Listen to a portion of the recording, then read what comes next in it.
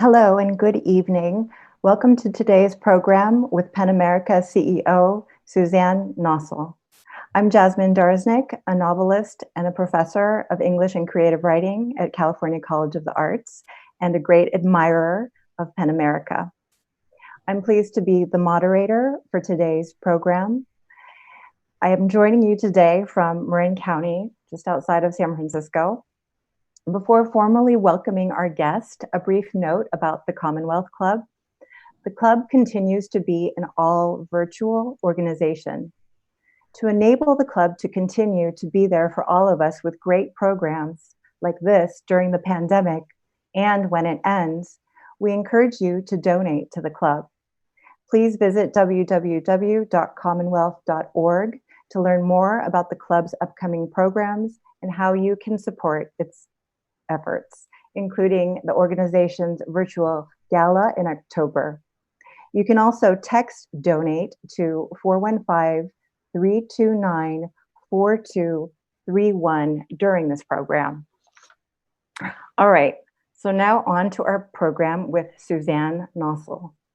Suzanne is the author of the new book, Dare to Speak, Defending Free Speech for All, and the CEO of PEN America, which uses the written word and literature to protect free expression and human rights in the United States and around the world. At this challenging time in American history, as the country juggles numerous domestic crises that tear at our civic fabric, I can't think of a more timely and important topic to discuss than freedom of speech and a more inclusive public culture. These topics aren't easy to talk about, and I'm very glad that we have Suzanne here to guide us through some of them. So before we start our discussion, a final quick note, if you have a question for Suzanne, please post it to the YouTube chat box or on Facebook, and the questions will be forwarded to me throughout the program. I'll try to get to as many of them as possible. Suzanne, welcome to the program. Thank you so much. It's great to be here. Oh, this is a pleasure. Thank you so much. We wish we were hosting you here in San Francisco, but thank you for joining us. Likewise. I'm glad to see it's sunny where you are. That's encouraging. Yeah. The sun just came back out. So that's great. Yeah, wonderful. So I am here to talk about your new book, which is sun's beaming down, but absolutely fantastic. And I had not really seen a book like this, and I'm so grateful for its appearance at this moment. We're going to be talking mostly about the book, but I thought actually I first wanted to ask you about PEN America. I immigrated from Iran, so I know of PEN really through its work with writers around the world. Of course, I've paid attention greatly to the work they've done inside of Iran and the Middle East, and I just wonder if you could tell us historically, what has that nexus been between PEN's work outside of the U.S. and within the U.S., and how has that changed over time?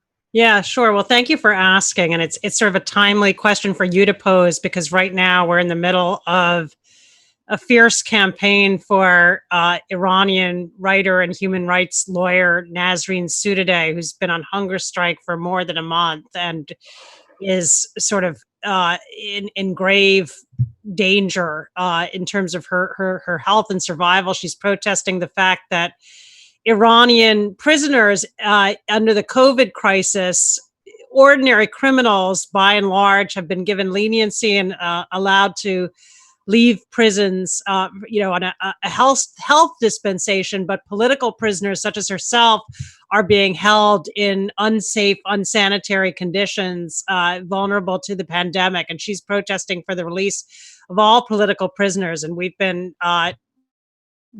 doing a petition campaign and engaging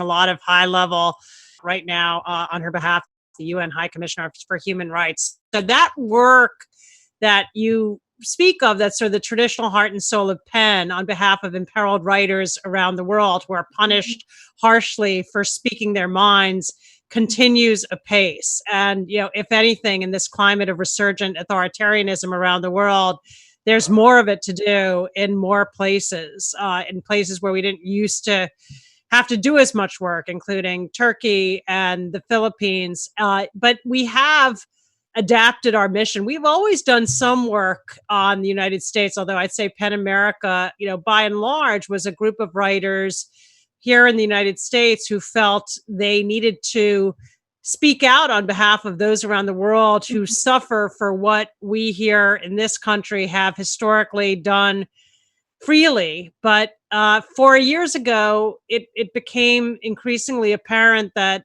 so many of the values that we stand for as an organization really were coming into jeopardy here at home in our own country. And so we have recalibrated our mission while we continue all of our international work. We have also focused on issues of press freedom here in the United States, the crisis in local news with so many news outlets across the country shutting their doors or slashing their newsroom staffs because of the loss of advertising revenue, issues like just today issuing a statement about the criminal prosecution now lodged against not just John Bolton for his book about his experience as the White House National Security Advisor, but also with subpoenas to Simon & Schuster and to his agent.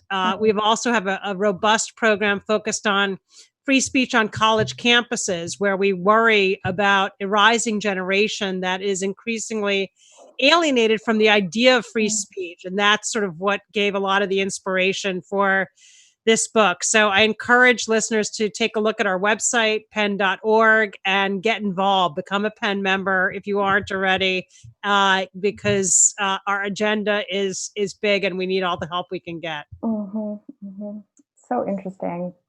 It certainly feels that these issues have felt increasingly an issue here in the United States, and I feel a kind of horror of recognition and seeing the increasing sort of atmosphere of intolerance around free speech here in the United States.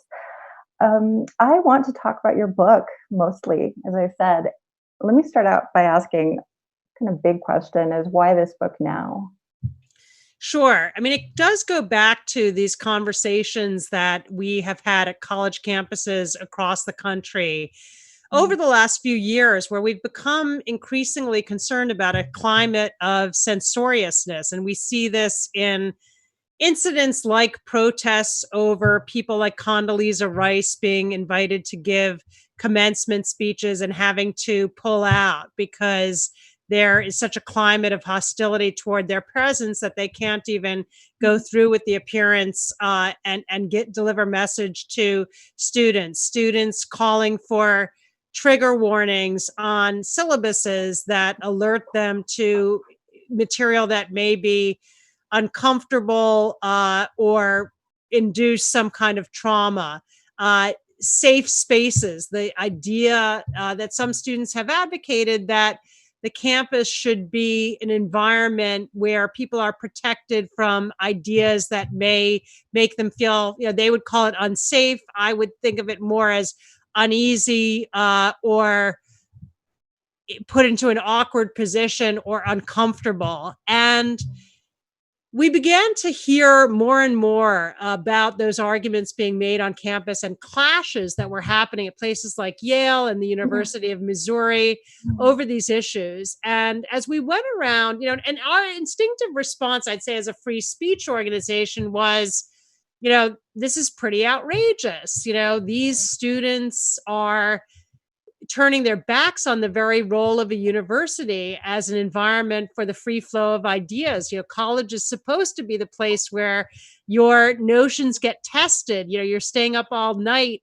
debating with your dorm mates or in the college dining hall with that give and take, confronting people from all sorts of backgrounds and ideologies. And why are these students backing away from that and regarding it as something uncomfortable, cringe-inducing, as opposed to, a robust, energizing part of their education?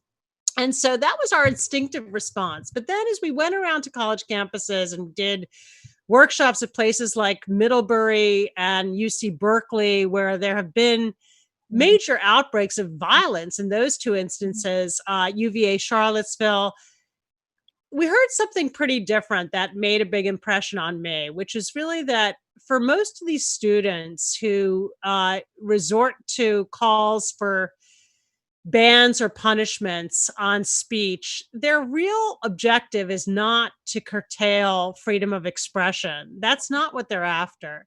What they're after is a more equal, inclusive, anti racist, and just society. And they're struggling with how to bring that about. How does the campus become a truly welcoming environment for students from all backgrounds? How do students from non-traditional backgrounds, whether racial background, socioeconomic background, and international background, make their way in institutions that were made for white cisgender men many, many decades ago? And I think that drive for inclusivity is admirable. To me, it's sort of the next phase of the civil rights movement. And now, as a society, we're seized with this. It's what's driving the protests in the streets of our cities.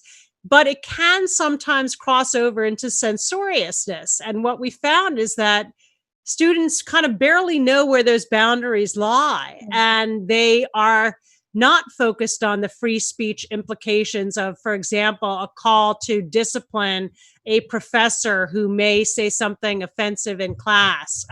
They haven't thought through the risks of that, the fact that that power may someday be turned against somebody that they agree with or used to silence their own protest or demonstration on campus. And those issues really, I think, are a microcosm of the struggle we're having as a society with how to reconcile the essential drive toward the next phases of equity and inclusion for our society as a whole, with the robust protections for free speech that are enshrined in the Constitution, and that, in my view, are a really essential part of who we are as a country and as a people. And so what I lay out in the book are 20 principles for how we can live together in our diverse, digitized, and divided society without resorting to curbs on free speech. Mhm.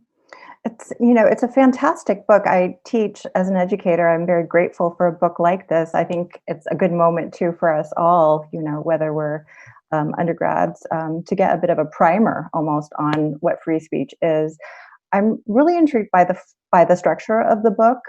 So my expectation might be that I would enter into the book with an examination of the legal history of the First Amendment, but it's not organized like that. It's organized in a way that I appreciated very much as someone who's a citizen and active, sort of curious about what I might do and how I might enter into, as you're talking about, a more inclusive and yet robust exchange of ideas. So could you tell us a little bit about how you chose to structure it the way you did, what those 4 parts are, and why you laid them down in that particular order? Yeah, sure. And it was sort of a debate that I had, and I do lay out in the book, what the legal underpinnings are of free speech protections in this country, what the exceptions are to the First Amendment, because I think that's important to know as one engages in these debates. But actually, it comes sort of toward the end of the book, and I begin with I divide the book into 4 sections of principles to consider when you're a speaker. So when you're voicing your own views and opinions, when you're a listener, uh, when you're considering free speech issues, and when you're debating free speech policy questions. And I offer a set of considerations for each scenario. And I began Mhm. with the speaker, and the very first principle is about being conscientious with language, really because I was thinking about that target audience of people who have become alienated and Mhm. skeptical of the idea of free speech, and who are not interested in reading, a treatise on Oliver Wendell Holmes and, the doctrine of uh, uh, incitement to imminent violence, and what it means to shout fire in a crowded theater. To young people, particularly today, that can seem quite remote. When we have done programs on campus, we've actually been advised not to use the term free speech in the title of the program. Don't call it free speech because they won't show up. That is something they consider it a conservative kind of right-leaning cause. They don't consider it relevant to their social justice goals. And I wanted to frame this in a way that would speak to those who harbor those doubts. And so talking about conscientiousness with language and the idea that as a speaker, you have an obligation to think about who's in your audience. I mean, it's sort of a funny situation talking with you right now, because the fact is I have no idea who's in our audience. We can't see our audience. We don't know, how old are people? What are the races or ethnicities of people? Are there men, women? We know none of that. But what I urge in the book is, whether you're posting on social media or writing articles or speaking in front of a classroom or on television, to try to give some thought to the breadth of people that might be in your audience and how they may react to what you say. So if you're talking about a particular community, disability, understand how they like to refer to themselves and what kinds of metaphors or images may be considered objectionable or retrograde. I talk about, the whole progression of how we talk about people with mental disabilities and this kind of euphemism treadmill where over time, different terms, years ago was terms like imbecile that, become very offensive and freighted with negative associations. And then they get replaced with terms that are more neutral, that sometimes in some instances themselves over time kind of take on those negative connotations. But it's something that as speakers in a world where our speech is so often decontextualized, we're communicating via the internet. People may not know who's doing the speaking. They may not see the quote in any kind of context in terms of the give and take in which whatever you've said may have come up. And people can reach snap judgments. And so it's important to have that conscientiousness. And that's where I began the book. Mm-hmm. So just to pause here a moment, I thought the book was very practical. I really appreciated sometimes you have charts even, or many, many examples of specific instances where, as you say, words have evolved or devolved in our language, and the care we ought to take in our everyday lives in how we speak to one another. As a writer, I feel like I belong to a tribe that's really attentive to language, but I have a fear myself, and I know that it exists in many of my writer colleagues and friends and students, that we have become perhaps over conscientious about our language.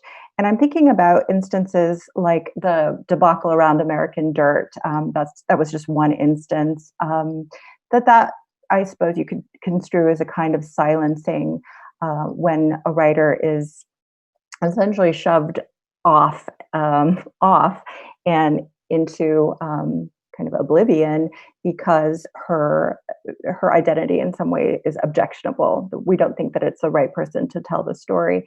And I wonder what you made of that episodes like it, and the lessons that we as writers, and maybe also by extension publishers, ought to extract from these moments where there's a real calling out or a canceling of a writer for one reason or another. Yeah. I mean, the American Dirt incident happened after the book had gone to press, but I do talk about the issue that it raises of, what people call cultural appropriation, or the idea that a writer who does not themselves come from a particular background decides to tell a story of people from that background. The case of American Dirt, and a white writer with a Puerto Rican grandmother, but who told a story about an undocumented Mexican immigrant, and it was a major book. She had all sorts of blurbers. It was a big release, and she was hammered by Latinx writers who argued that she had no business writing this story, and in some instances faulted the way that she portrayed her characters and the depiction that she gave of the culture that she was writing about. And she, responded that she had done a great deal of research, and there were many people who stood by the book as a just riveting page turner and a very moving account of a community and an experience that doesn't get enough attention. And to me, the issues that raised are really inextricably linked with the barriers that have faced writers of color as they have sought opportunities to be published and gain the support of the publishing and entertainment industries for their stories. And historically, if you look, and there are some tabulations of this, although they're really incomplete. In the children's book area, there is an annual report that is published about how many stories there are by authors of color about characters of color. And the numbers are beginning to climb up, but they have lagged very far behind the representation of these communities within American society. And so there is a systemic pattern of exclusion that has affected these writers. And I think it's a very legitimate complaint. And I also view it as a free expression issue. Mm-hmm. I talk in the book about how the obstacles that stand in the way of people from particular backgrounds being able to participate fully in our discourse, whether that's in journalism, in book publishing, in magazine writing, in entertainment, those are, to me, stand in the way of free expression. If we believe that free expression ought to be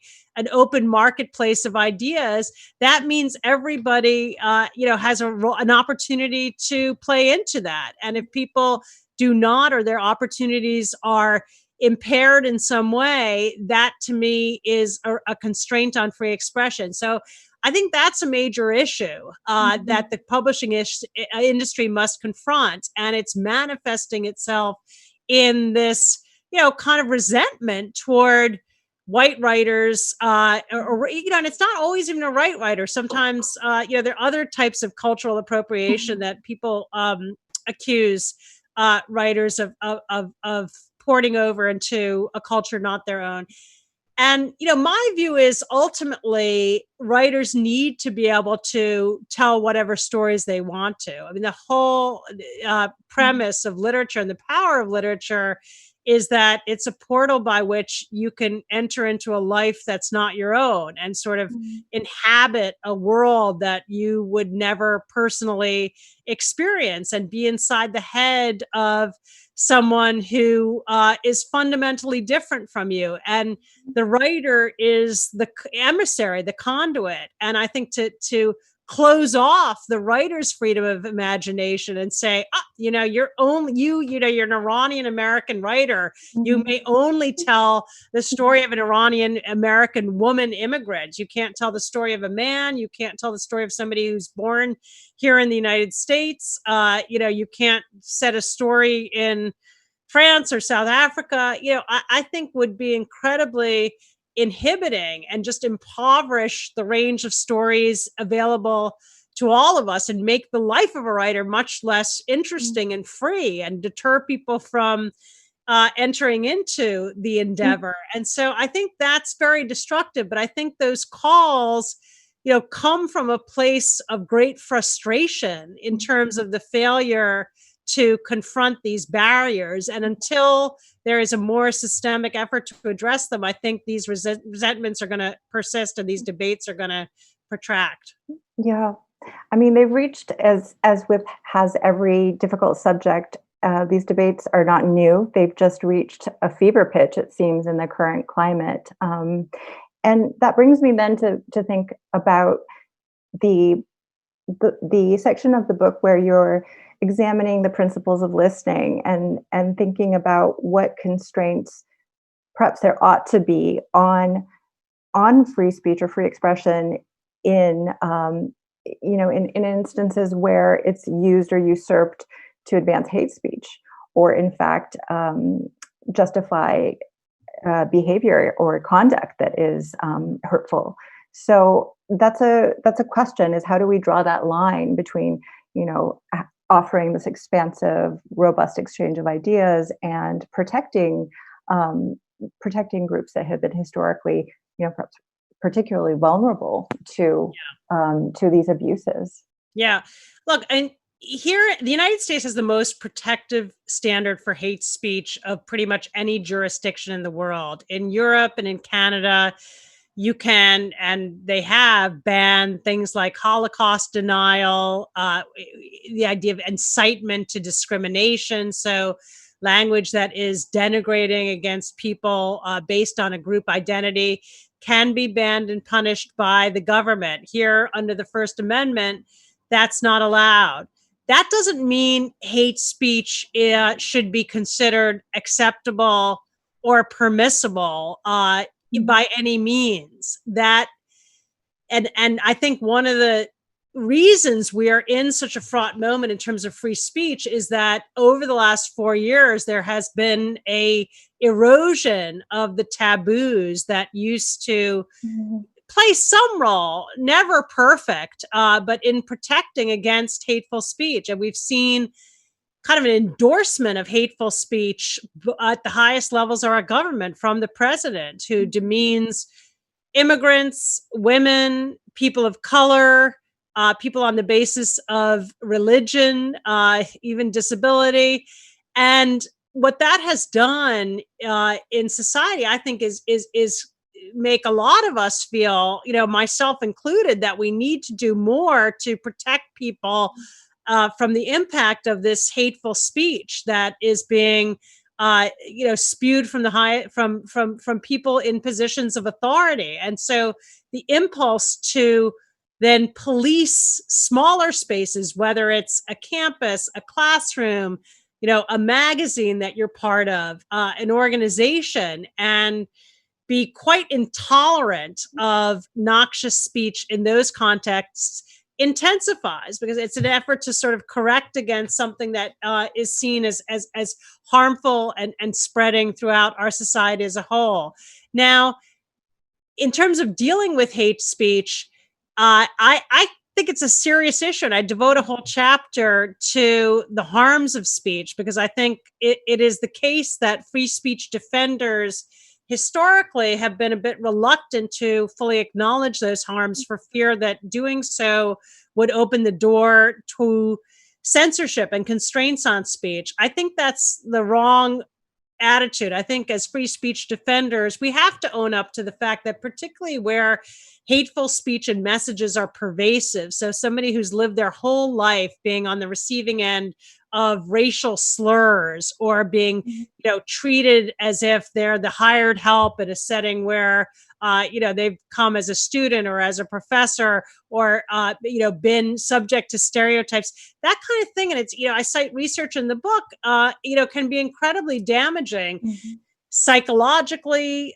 to academic performance, and even physiologically. So I think we have to come to grips with that. I call on free speech defenders to fight against hateful speech and hate crimes. But what I don't subscribe to is the idea that we'd be better off if we gave our government greater leeway to ban and punish hateful speech. And I feel like this administration is the perfect illustration of that, because if they weren't constrained by the First Amendment, and Donald Trump had the leeway to punish hateful speech, what is his idea of hateful speech? It's criticism of him. And so affording him that authority would be, to my mind, incredibly dangerous. And people may have a vision of some magical version, combination of Ruth Bader Ginsburg and Thurgood Marshall and Barack Obama, who would adjudicate where the boundary lies in terms of what is hateful speech. But the reality is,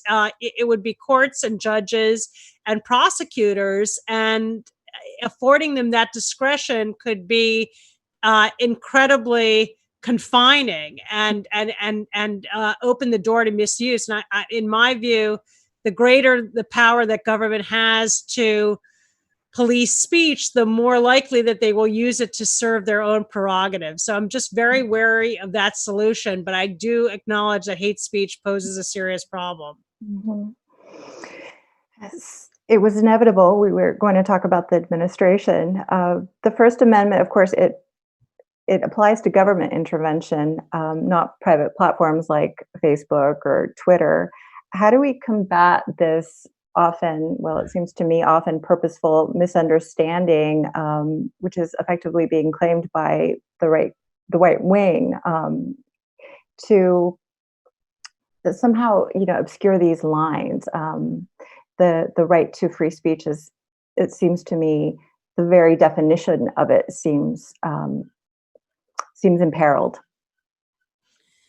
Yeah. And look, there are really complex issues that I address in the book about how these platforms now hold dominion over such large swaths of our discourse. Yeah. They roll up into the functions that, used to be performed by newspapers, magazines, town meetings, family photo albums, coffee clutches, telephone calls. I mean, all these things that we used to do and vehicles for expression, now have been kind of bound together in Facebook and Twitter and a few other platforms. And Mhm. overwhelmingly, especially young people, are getting nearly all of their news through those platforms. And we've seen the weaponization of Mhm. speech in many different categories, whether it's terrorist recruitment, conspiracy theories like QAnon spreading, uh, fake news and false information about COVID-19, Mhm. quackery,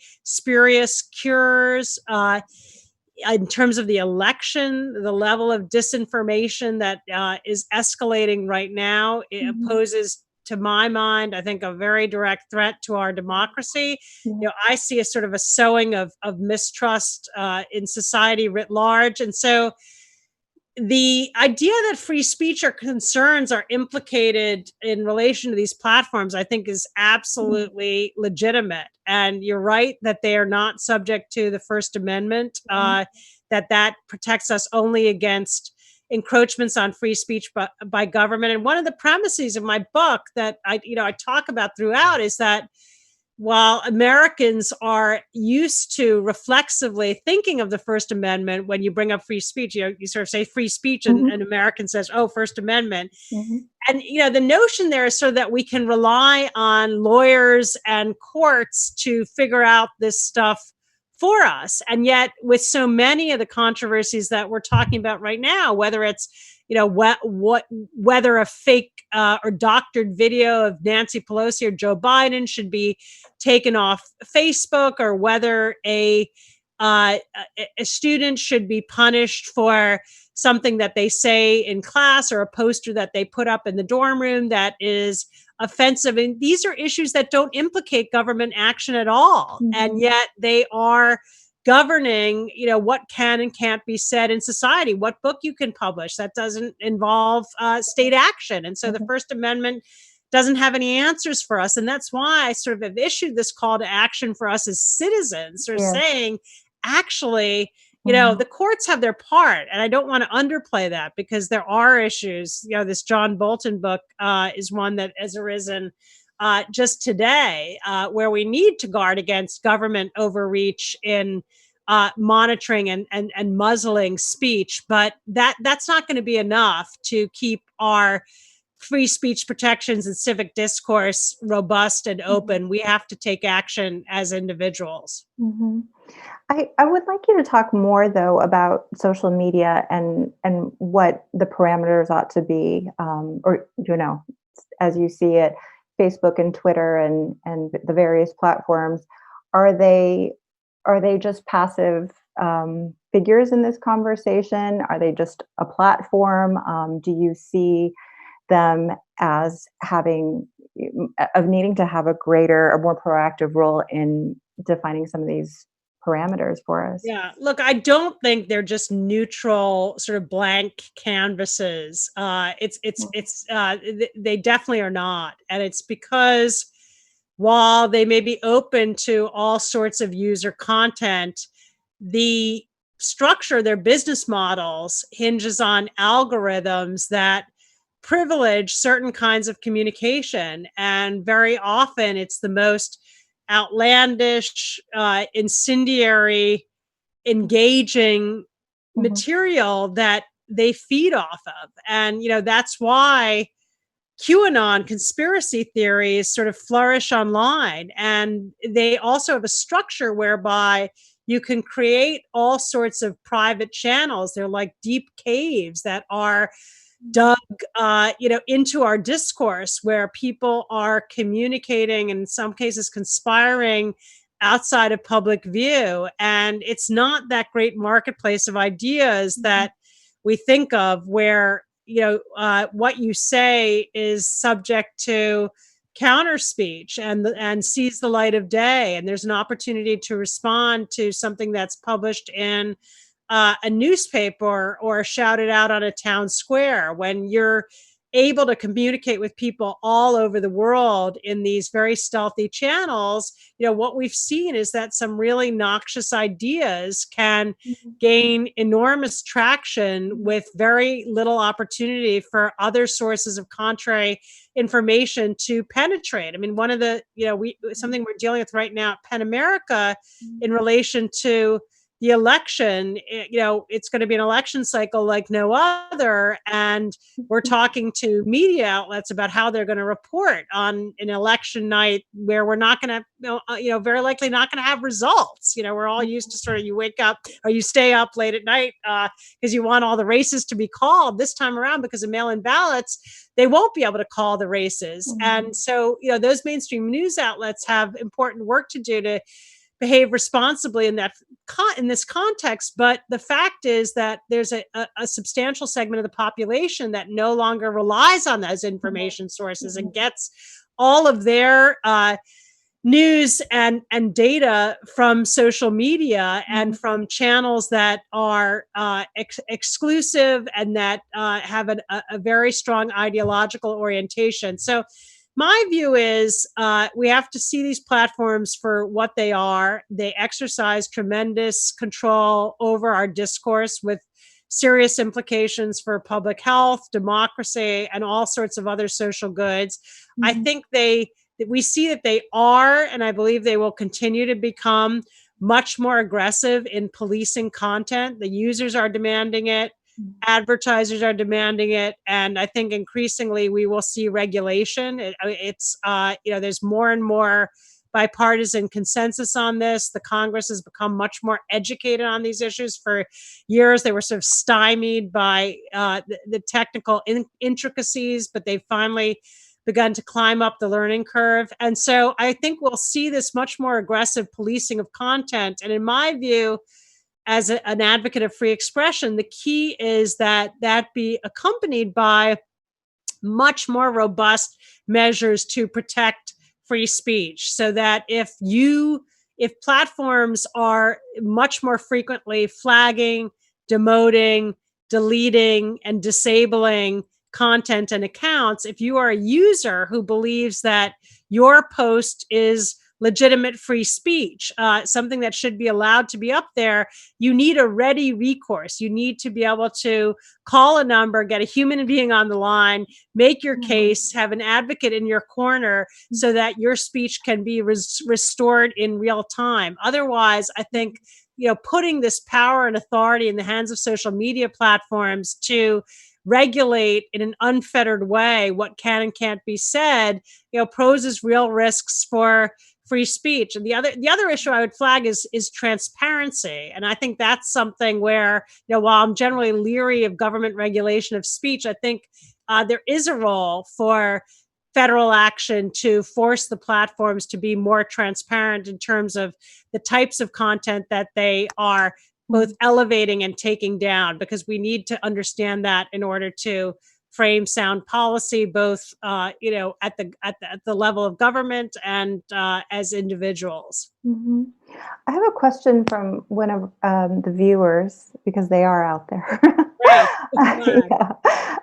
which ties in perhaps to this, or takes us into a deeper examination of this topic. Is the question is whether conservative critics have a point on cancel culture. What's your opinion of that?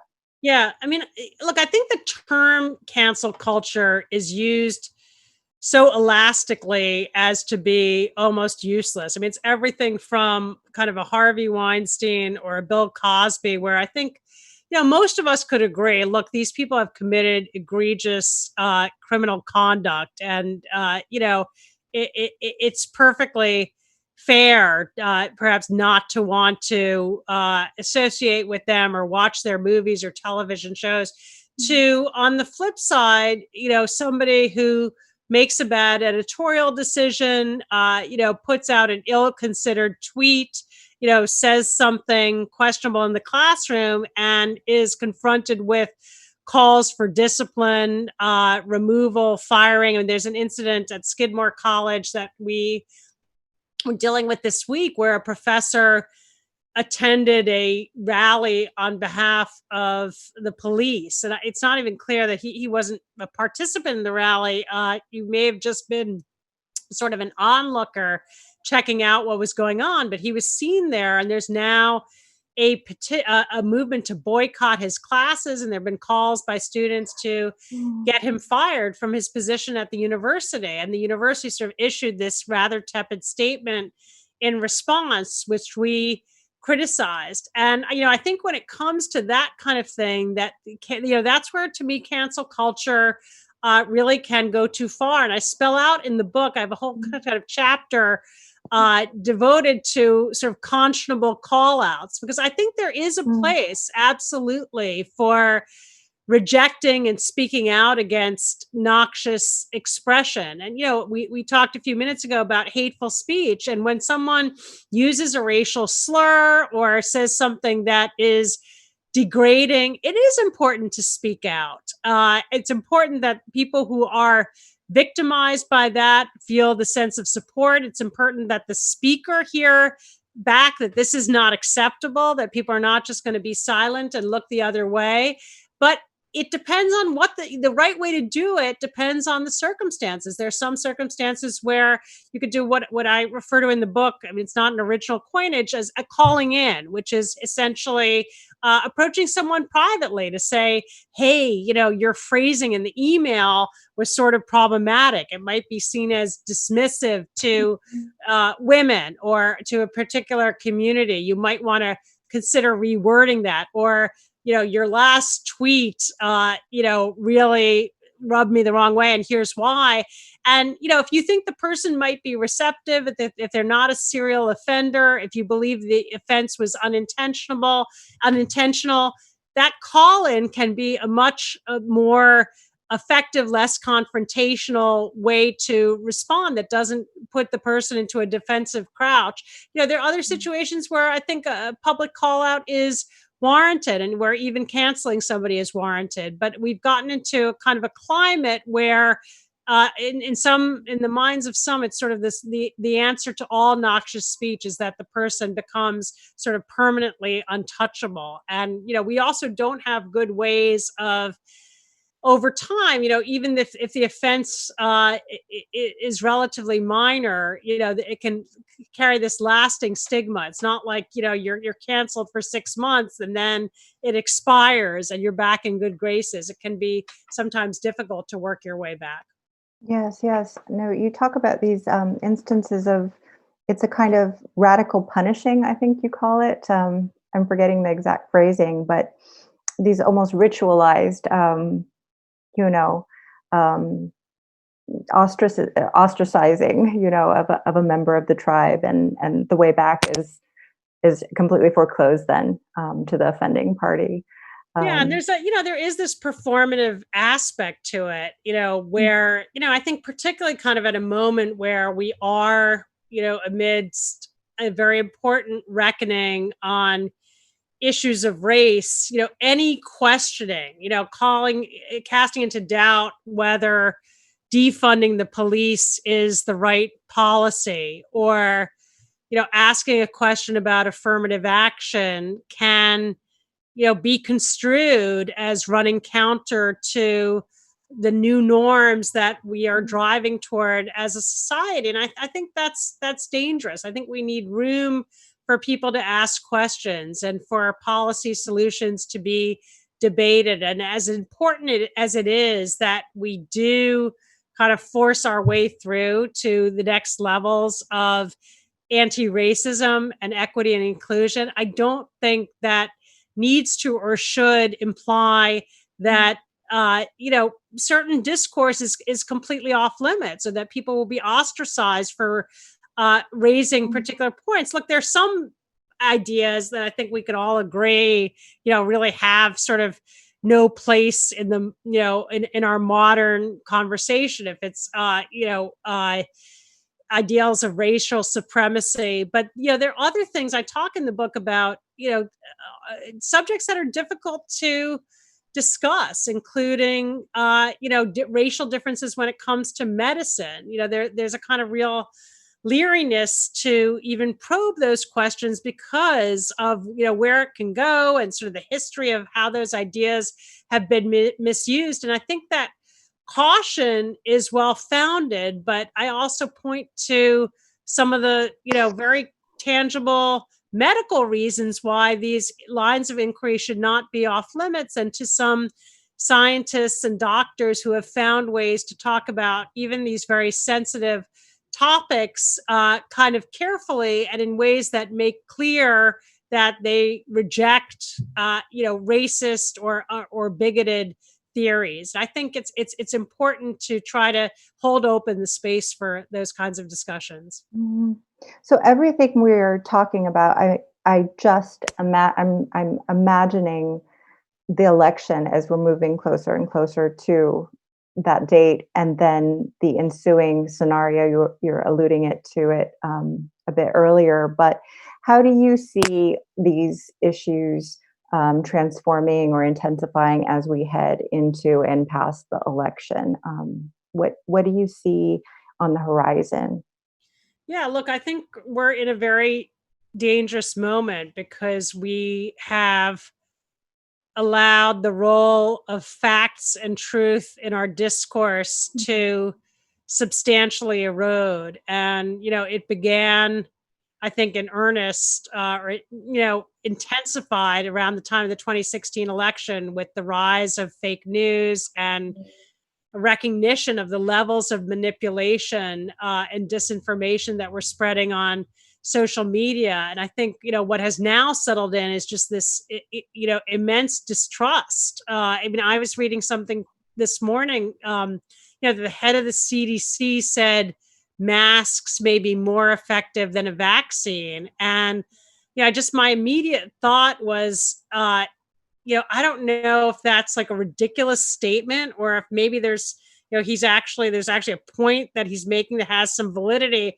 And I'm just going to have to wait to see if this is something that serious scientists elsewhere, repeat or respond to. Like the fact that the head of the CDC said it means nothing. And, that's kind of where we are. And someone else told a story of, being in an ER just in the last few days and asking a question about, if can you still be contagious with COVID after 5 weeks? And the ER doctor said, well, the CDC says X, but I don't believe the CDC. And so I think we're at a very dangerous moment when it comes to the election and the results. Who are we going to believe if it's disputed? And it will be disputed. And, we don't have, we're used to having authoritative sources in government and in the courts that we can turn to resolve these things. And it's very hard to think about, I think there's nobody really in that position.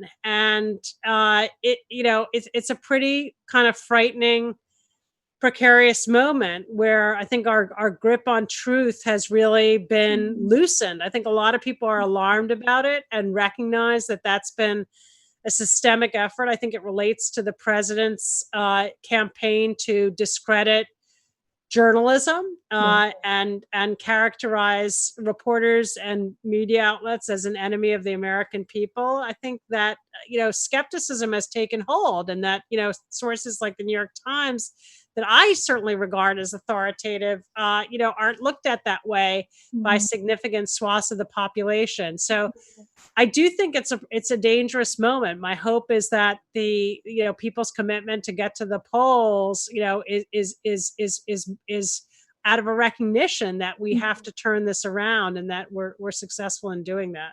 Mhm.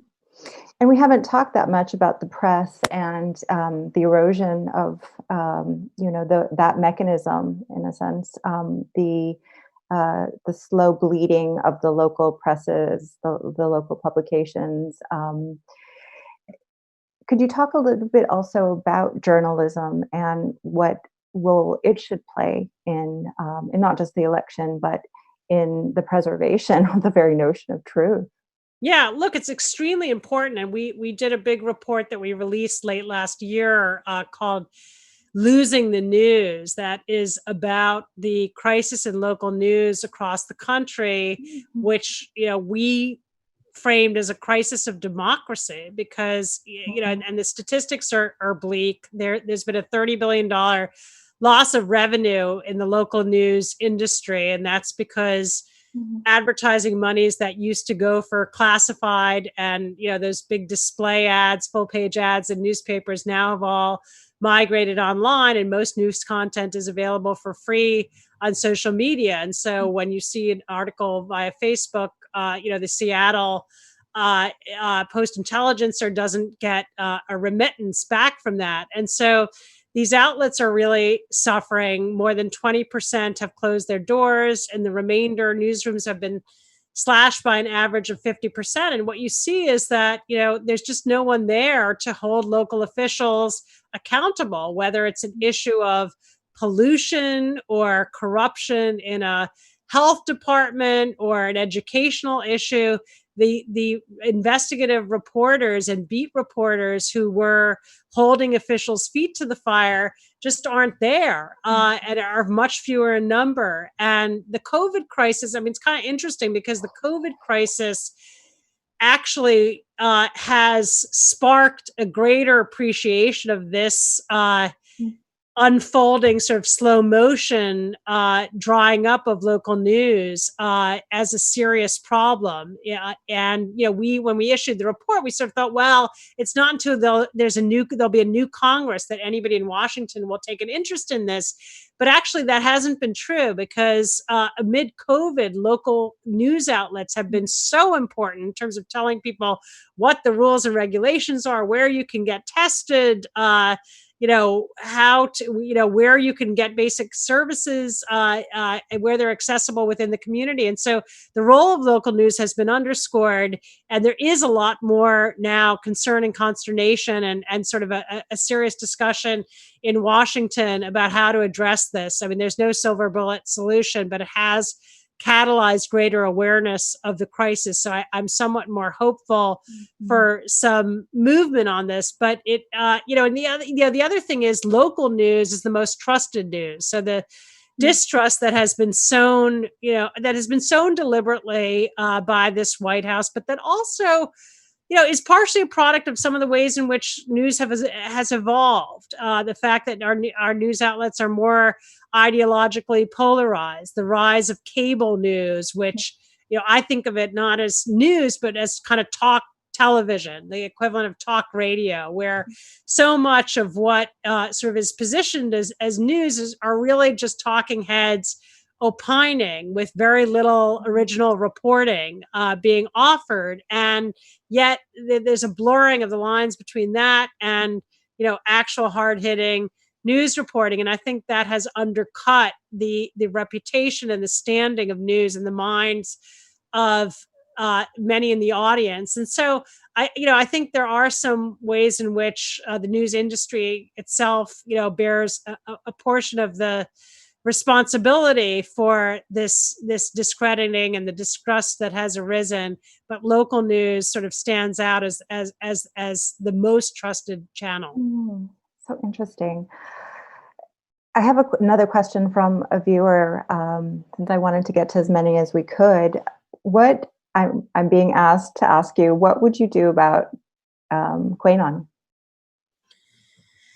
Well, it's really hard. I think it's a positive step that Facebook is taking action supposedly to try to root out these uh, communities online where the conspiracy theory is spreading. I have a concern though that they typically take action only when somebody reports a community and they don't generally, particularly in these private communities, they don't generally sort of snoop in to look at what is being said and shared, and there's some good reasons for that, but it also just may mean that the action that they've taken is a tiny tip of the iceberg. And I think this is really alarming. I think people have a role in relation to those in their own lives who are spreading and subscribing to disinformation and conspiracy theories.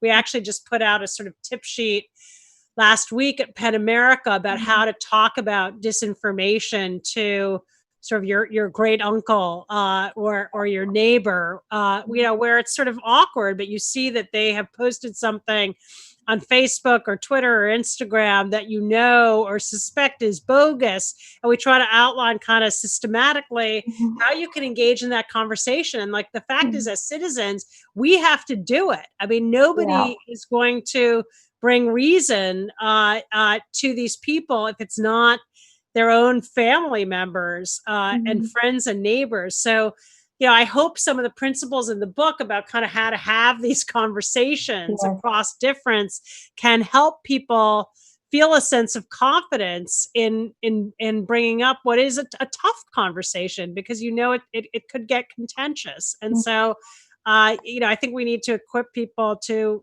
broach it.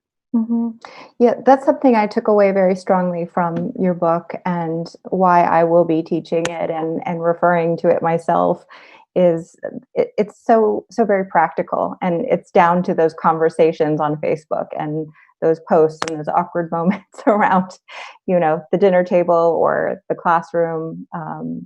We don't have classrooms anymore, but our Zoom conversations with our students, virtual classrooms. And it's an issue. I mean, there's special issues in the virtual classroom. I think in terms of the barriers to participation and who feels comfortable. I noticed this in a lot of our discussions, that there's a kind of, sort of takes more to take the floor in a Zoom conversation. You don't have the cues and the kind of body language and, the ability to sort of see that a couple people probably agree with what it is that you're going to say. So you feel empowered to speak out. And, a lot of that is missing. And I do worry about who is shut out of the conversation, in this virtual world, and whether it's schoolrooms, classrooms, college classrooms, or beyond. Yes, it is not.